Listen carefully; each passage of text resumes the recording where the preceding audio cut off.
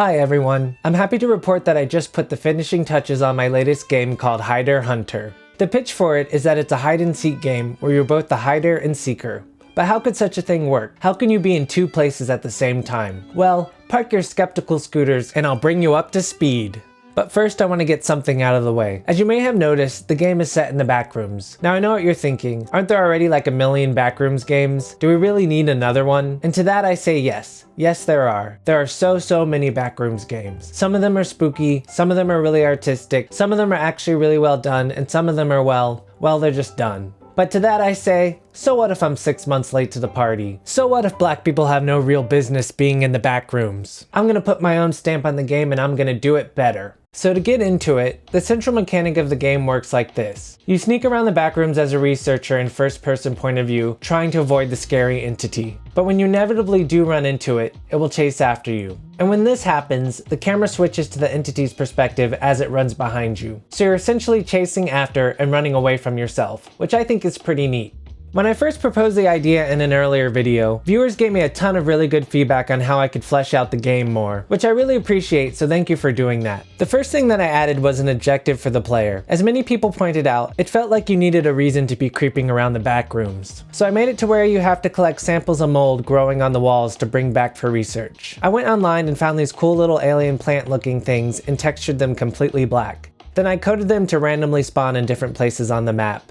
When the player finds a mold sample, they have to click on it and let the collection meter fill completely to pick it up. If they move at all, the interaction is cancelled. The idea being that you have to do this incredibly tedious task, knowing the entity could run up on you at any time. Next, I needed to make some kind of starting area for the player. I found this nifty sci-fi door on the Unity asset store and coded a simple trigger to make it slide open and close. Then I constructed a hallway that the player will start off in before entering the Backrooms.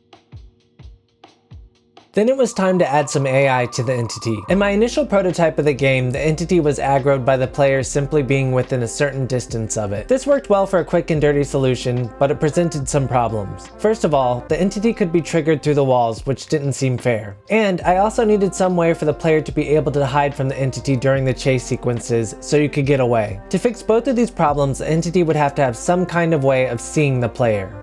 In game dev world, vision is usually handled by something called raycasts. Raycasts are invisible rays that shoot out from an origin point in specified directions. Then you use these rays to collect information such as if they hit an object and what kind of object has been hit. I found this great tutorial that explained a simple way of setting it up. First, we calculate a cone-shaped area that stretches out from the entity. We can specify the shape and size of the cone by changing its angles and radius. If the player is within the cone, a ray is shot out from the entity's current position towards the player. If there's nothing obstructing this ray on the way to hitting the player, then we know that the entity has a clear line of sight.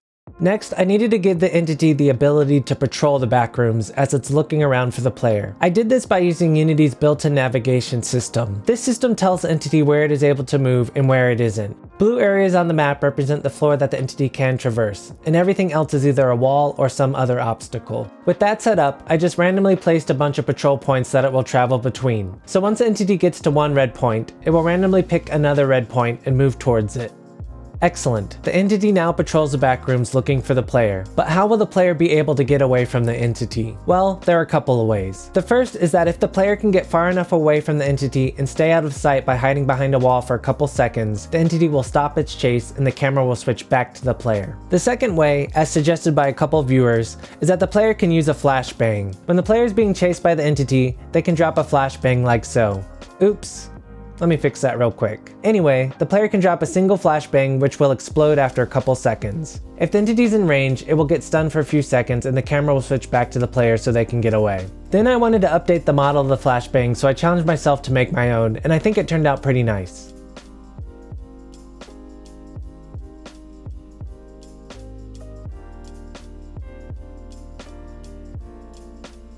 There we go.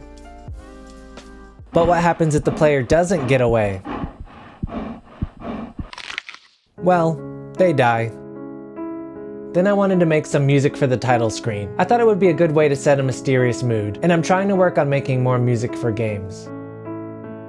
Now after a bunch of testing and playthroughs, I noticed a few things that needed adjusting. Even though the core chase mechanics were working well, there needed to be something to mix it up. so I decided to add some obstacles. I threw in a bunch of desks and pitfalls that the player will have to skirt around and jump over while they're running away. Then I needed to come up with a way for the player to escape the backrooms once they've collected enough samples. At first, I thought about them being able to exit the same way they came in, but for some reason that didn't seem exciting. So I came up with the idea that the player can only see exits to no clip out of the backrooms when they are being chased by the entity. It's as if the entity is able to see things in the backrooms that the player can't. Also, this would mean that the player will have to encounter the entity at least once during gameplay. I made the exits this jarring flat pink material to suggest there's a missing texture, which I think makes sense within the world of the backrooms. Then I had a few housekeeping things to take care of. That's right, I'm talking about bugs.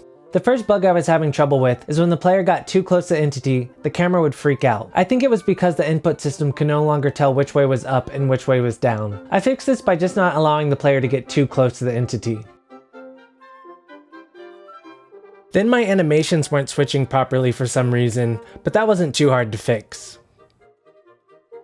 Then there was whatever was happening here. I just had to remove the rigid body from the player, and I'm not sure why that worked. Alright, to finish things up, I added a tasteful death animation for when you get caught by the entity. Then I made another scene for when you escape the backrooms. One for when you successfully collect all the mold samples, and another for when you don't. And lastly, I made a title screen. On that note, let's play the finished game. Oh yeah, and if you have a second, please subscribe to the channel to help support my future projects. I'd really appreciate it. Okay, here we go.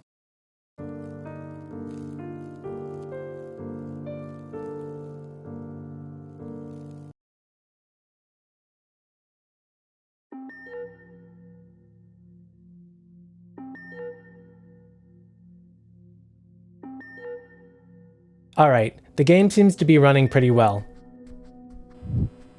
I can hear the footsteps. They should sound different on the hard floor than on the carpet, but hopefully no one notices. Let's collect a mold sample.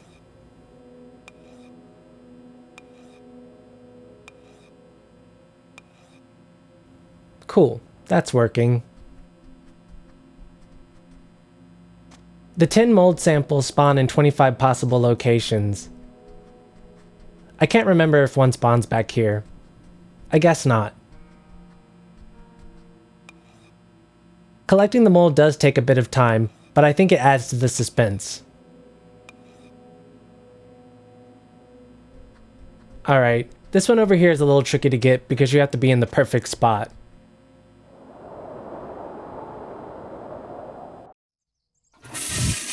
Well, at least I know the loose screen's working. Okay, let's try this again. I've gotten a couple mold samples, but I haven't run into the entity yet.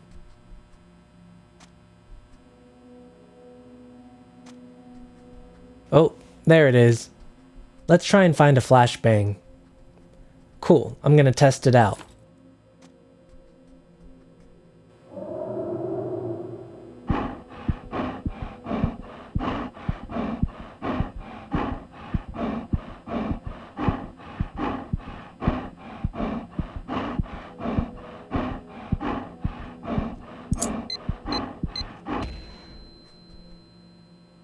Okay, the flashbangs are working properly. I'm on my 6th sample now, so I'm doing pretty good.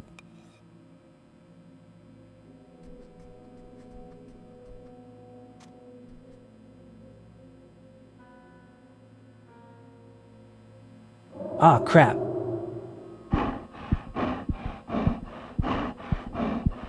Just gotta stay out in front of it. If I can make it around this corner and over these desks. Alright. Dang.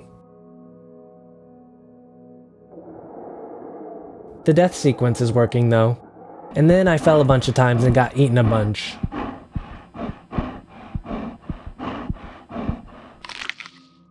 I also had a few really close encounters with the entity.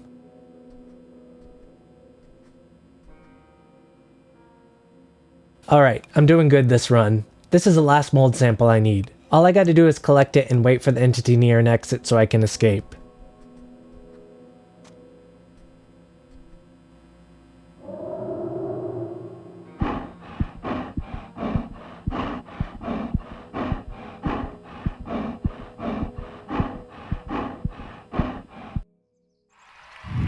Excellent, I made it out. And that's the finished game as of now. The link is in the description to try it out, and please like and subscribe for more.